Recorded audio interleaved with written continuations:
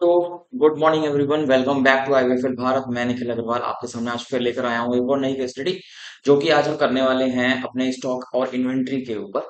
इस case study के अंदर आपको इन्वेंट्री का जो नेम होगा वो दिखाई देगा, साथ में उसके गोडाउन और उसका स्टॉक ग्रुप हम इसमें डालने वाले हैं।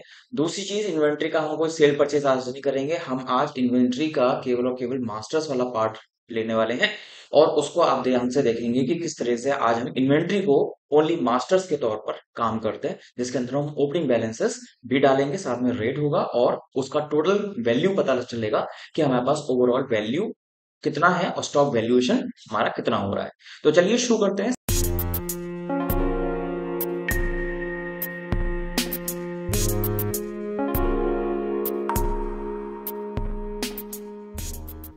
तो सामने खुला हुआ है टैली प्राइम का कंपनी क्रिएशन विंडो, और हम इसमें बनाने वाले हैं कंपनी का नाम, इन्वेंट्री असाइनमेंट नंबर 1। ये जो असाइनमेंट आज आप देख रहे हैं ये है 25 तारीख का दिन, तो हम यहाँ पे 25th ही डाल देते हैं, 25th ऑफ मार्च एंड 2025। ठीक है, तो यहाँ पर मैंने दिल्ली स्टेट ले लिया है एंड इसको हम एक्सेप्ट करवाते हैं। इसके बाद में आपके सामने खुलता है F11 वाला विंडो, जिसमें हमें कुछ भी नहीं करना है, सिर्फ जीएसटी का ऑप्शन नो कर लें, क्योंकि इसमें हमें सिर्फ मास्टर्स में काम करना है और जीएसटी का कोई भी रोल इसके अंदर आज नहीं होने वाला है। ठीक है, तो आप आ जाए क्रिएट में, और यह जो हमारा काम है वो है इन सब चीजों में हमें यूनिट की जरूरत पड़ेगी, हमें स्टॉक आइटम की जरूरत पड़ेगी, कैटेगरी अभी हम आज नहीं ले रहे हैं, स्टॉक ग्रुप ले रहे हैं और गोडाउन भी ले रहे हैं। तो सबसे पहले आप आ जाइए, गोडाउन बना लेते हैं। गोडाउन जो है पहली बार जब आप बना रहे होते हो तो आपको यहाँ पे बता रखा है मेन लोकेशन, यानी कि मेन लोकेशन में ऑलरेडी आपके पास यहाँ पर दिया हुआ है एक गोडाउन बनाकर, जिसको हम कई बार मेन गोडाउन भी बोलते हैं, मेन लोकेशन भी बोल सकते हैं। आप क्रिएट पे आ जाइए और यहाँ पे जो हमें केस स्टडी के अंदर हमें असाइनमेंट बता जो गोडाउन के नाम बता रखे हैं वो है गुरुग्राम, एक्सेप्ट करवा दो। एक है नोएडा और एक है इसमें दिल्ली। ठीक है, ये तीन गोडाउन हमने बना लिए हैं एंड आगे चलते हैं इसमें। आप आ जाइए स्टॉक ग्रुप के अंदर, ग्रुप हमें बता रखे हैं मिल्टन, सैमसंग एंड मोटरोला। ठीक है, तो हम यहाँ पे बना लेते हैं मिल्टन, सैमसंग और एक है इसमें मोटरोला। ठीक है, ग्रुप भी बन चुके हैं, कैटेगरी हम नहीं बना रहे हैं, यूनिट बना लेते हैं। यूनिट जो हम बता रखी है वो है पैक्स, एक पीसेस, एक नंबर्स। ठीक है, पैक्स, पीसेस और नंबर्स में हम आइटम बताने वाले हैं। और अब फाइनली हम आ जाते हैं स्टॉक आइटम के अंदर। स्टॉक आइटम पे जब आप आ जाएंगे तो यहाँ पर अब आपको स्टॉक आइटम का नाम डालना है। सबसे पहले जो हमें दिया हुआ है वो है plastic bottles. Plastic bottles under इसमें डाल देते हैं हम मिल्टन। कैटेगरी कोई है नहीं हमारे पास, इसलिए हम इसको खाली छोड़ेंगे। एंड यूनिट्स पे आ जाइए, प्लास्टिक मिल्टन हमें दे रखा है पैक्स में। ठीक है, अब आते हैं क्वांटिटी, क्योंकि यहाँ पे हमें जो ओपनिंग स्टॉक डालना है ये क्वांटिटी वाइज डलेगा, इसलिए हम यहाँ पर 60 डाल देते हैं। और अब इस तरह पूछेगा गोडाउन, गोडाउन में बता रखा है गुरुग्राम, गुरुग्राम ले लो और रेट हमें दिया हुआ है इसका 550 रुपीज का। ठीक है, इस तरीके से हम जो ओपनिंग स्टॉक डाल रहे होते हैं कि पिछले साल में हमने काम कर लिया और इस साल में हम काम करने वाले हैं, तो हमको यहाँ पे इस तरह से ओपनिंग बैलेंस डालना पड़ता है। ठीक है, दूसरा आइटम पे चलते हैं, स्टील बॉटल्स। इसके प्राइमरी में इसको मिल्टन डाल देते हैं एंड कोई कैटेगरी नहीं है इस पीसेस में। एंड यहाँ पे आप क्वांटिटी आती है 85 का क्वांटिटी। गोडाउन इसका है गुरुग्राम, रेट हमें बता रखा है 950 रुपीज। ठीक है, स्टील बॉटल जैसे आप बोल रहे हो तो थर्मोफ्लास्क वगैरह, ये उस तरीके का कोई आइटम होगा जो कि मिल्टन का है। एक्सेप्ट करवा दिया। नेक्स्ट चलते हैं, अब ये मोबाइल्स की बात आ रही है, तो गैलेक्सी नोट 3। ठीक है, ये सैमसंग में डाल दीजिए एंड पीस नंबर्स में हमें बता रखा है, नंबर्स में डाल दो। एंड इसकी जो क्वांटिटी है 95 एंड गोडाउन इसका है नोएडा, रेट इसका है 35,000 रुपीज। ठीक है, नेक्स्ट चलते हैं गैलेक्सी नोट न्यू। ठीक है, this will be our Samsung, numbers and quantity is 105, godown is Delhi and rates are given 30,000।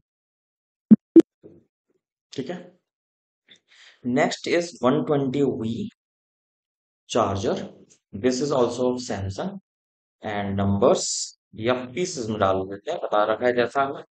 And quantity हमें दी हुई है इसकी 115 रुपीज का। गोडाउन हमें दे रखा है Delhi and rate is 320 rupees. Accept. Next item is canvas 2. ठीक है, this is Motorola and pieces given, quantity is given 125. Godown is Noida and rates are 15,000 rupees. ठीक है, and next is canvas plus. ठीक है, it is also of Motorola, pieces unit रहेगा इसका and quantity पे हम आ जाते हैं 135 का क्वांटिटी और दिल्ली हमको इसका गोडाउन दे रखा है 135 पीसेस 16,500 रुपए। तो इस तरीके से हमने सारे ओपनिंग बैलेंसेस डाल लिए हैं। अब आप ये सोच रहे होंगे कि ओपनिंग बैलेंस तो डाल लिए लेकिन इसका यूज क्या है, कहाँ पे हम इसकी रिपोर्ट देखेंगे। तो वो रिपोर्ट जो आपको दिखेगी वो मिलेगी आपको यहाँ पर आके, जब आप स्टॉक समरी में आ जाएंगे। स्टॉक समरी में आकर आपको यहाँ पर ऑल्ट F1 करना है, तो आपको यहाँ पे सब चीजें दी जाएंगी कि मिल्टन जो वैरायटी है उसमें क्या क्या आइटम्स आपके पड़े हैं, प्लास्टिक बॉटल, स्टील बॉटल, कितनी क्वांटिटी में, कितने रेट पे पड़े हैं। कैनवस टू कैनवस प्लस ये दोनों मोटरोला के हैं एंड सैमसंग के 3 आइटम आपके पास पड़े हैं, जिसमें चार्जर है, एक गैलेक्सी नोट 3 है और एक गैलेक्सी नोट नियो है। ठीक है, तो यहाँ पर आपका जो मिल्टन का आइटम है वो टोटल वैल्यू आपको दिखा रहा है 1,13,750 की एंड 41,41,02,500। और जो सैमसंग का सो पूरा माल वैल्यूएशन पड़ा है वो आपको पड़ा है 65,11,800 रुपए का। टोटल गोडाउन वैल्यू जो है वो आपकी 1,07,28,050 रुपए का आपके पास क्या पड़ा हुआ है, ओवरऑल गोडाउन में आइटम पड़ा हुआ है। मान लीजिए आपने पिछले साल जो बैलेंस शीट फाइनल हुई थी वो आइटम अगर आपने अभी तक नहीं डाला है और मान लीजिए गोडाउन में इन केस फायर लगती है या फिर चोरी हो जाती है, तो जो इंश्योरेंस कंपनी का क्लेम मिलेगा वो आपको अकॉर्डिंगली मिलेगा, इसके अकॉर्डिंग कि जो आपका गोडाउन का वैल्यूएशन है उसके अकॉर्डिंग हम आपको गोडाउन में पता लगा पाएंगे कि जिस वक्त आग लगी है, चोरी हुई, उस वक्त आपके गोडाउन में कितना पड़ा हुआ था। तो ये तरीका है जिस तरीके से आप यहाँ पे डालते हैं। पिछले साल का जो क्लोजिंग स्टॉक होता है वो अगले साल में यानी कि नए साल में आपको अपना ओपनिंग बैलेंस बनाना पड़ता है एंड बैलेंस शीट के अंदर जब हम आते हैं तो आपको कुछ इस तरीके से आपको क्लोजिंग स्टॉक नजर आ रहा होता है जो कि करंट एसेट में काउंट किया जाता है। अभी क्योंकि हमारे बैलेंस शीट में और कोई आइटम नहीं है, केवल स्टॉक पड़ा हुआ है, इसलिए यहाँ पे आपको डिफरेंस इन ओपनिंग बैलेंसेस दिखा रहा है। ध्यान रखिएगा ओपनिंग बैलेंस डालते समय पर ये आपको बहुत ज्यादा परेशान कर सकता है, इसलिए क्लोजिंग बैलेंस शीट जो है वो सही तरीके से ओपनिंग बैलेंस बननी चाहिए और उसके बाद में अकॉर्डिंगली आपका काम कंटिन्यू होना चाहिए। तो ये था आपका इन्वेंट्री का मास्टर का पहला असाइनमेंट और अभी फर्दर 2 असाइनमेंट आई थिंक और हैं। उसके बाद में हम इन्वेंट्री को लेकर कुछ और केस स्टडीज भी करेंगे जिसमें इन्वेंट्री को कैसे यूज किया जाता है, कैसे सेल परचेज किया जाता है, वो आप ऑलरेडी देख चुके हैं। and किस तरीके से एक गोडाउन से दूसरे गोडाउन में जो माल है वो ट्रांसफर किया जाता है वो भी आप देख चुके हैं, जो कि आई रिटर्न में आपको नजर आ रहा होगा, वो आप देखेंगे।